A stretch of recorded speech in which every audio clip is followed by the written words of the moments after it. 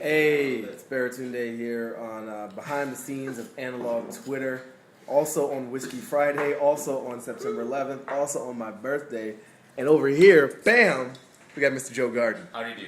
So talk about Analog Twitter, Joe Garden. Okay, Analog Twitter started as a joke, as a high concept joke that I hadn't really thought through very well. And I was just thinking about all the stuff I was tweeting, and I just said, I thought, what would make this more meaningful? Because there's, you get a flood of tweets. If you're following enough people, you get a flood of tweets, and I was like, what can make this more meaningful? What could actually make me connect with a lot of people that are following me? Yeah. And I thought, I'll do it analog style. So I said for a month, anybody who subscribed to my Twitter feed that sent me their email address would actually get postcards of every tweet I posted. And how many people signed up? Mercifully, by the end, only about 26. Wow. It could have been a lot more. So you didn't want it to be that successful? I wanted it to be successful, but when I think about it, it really dipped into a lot of my leisure time. Isn't that what Twitter is for? Well, no, it's it dips into your leisure time, but it's like to say, for example, everybody's beautiful, me more so. That to type that out, that takes about 15 to 30 seconds. However, to actually write it out 26 times on a postcard, 27, because you always appear in your own Twitter feed. So I always include. You mailing yourself postcards? I wasn't mailing myself. I was just here. I just had a whole.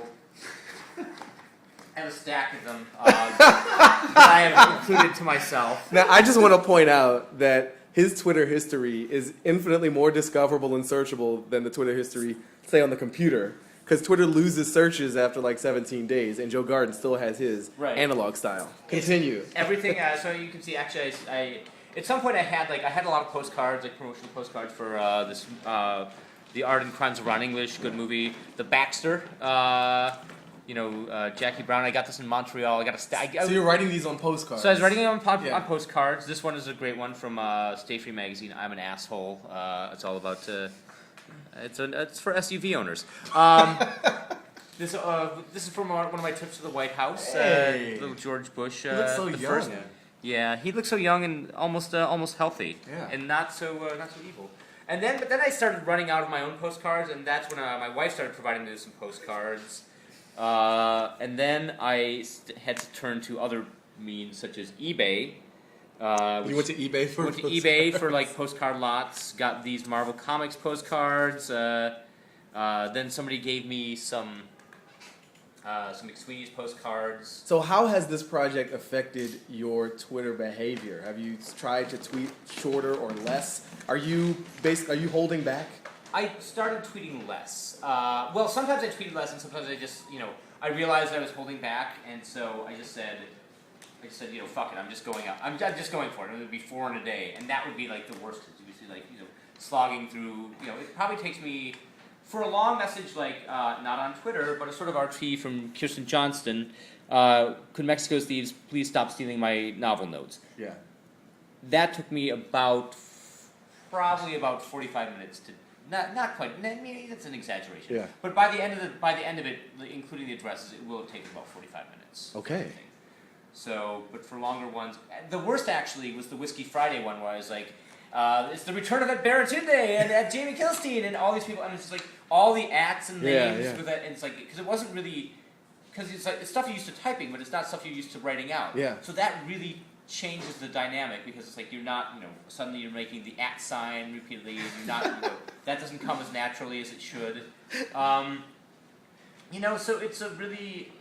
it's really weird. And then I stopped. I stopped being. I tried. At first, I was really self-conscious of it, and I loosened up a little bit. And then, the last day, I just was like.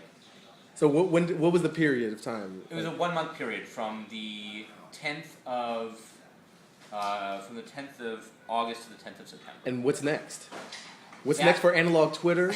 Are there movies in the works? Do you have a development deal? What I actually thought about doing was delivering my last tweet in person to every single one. And which would have entailed flying to Ireland, England, Iowa, Spokane, Washington, being ding dong, yes. Hi, this is an analog tweet from Joe Garden. Can you come to the door, please?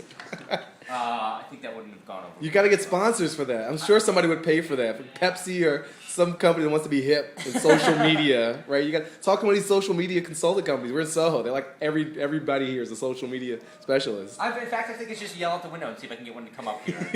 We're drinking whiskey and I need somebody to help me with sponsorship. Did somebody say they need a sponsorship? Bam! Well, I'm here to sponsor things. Fantastic. Hey. And we have a deal. So, ladies and gentlemen, this is Joe Garden at Joe Garden, behind the scenes of Analog Twitter. We're here at Whiskey Friday, doing it big. Bushmill's not bad, and 12-year Macallan whiskey with no E. And a little Jameson. And Matt Morrison bought a cute little Jameson. That's Matt Morrison. That's adorable. Thank you. The adorable whiskey. All right, enjoy this insight and knowledge, folks. And by folks, I mean folks.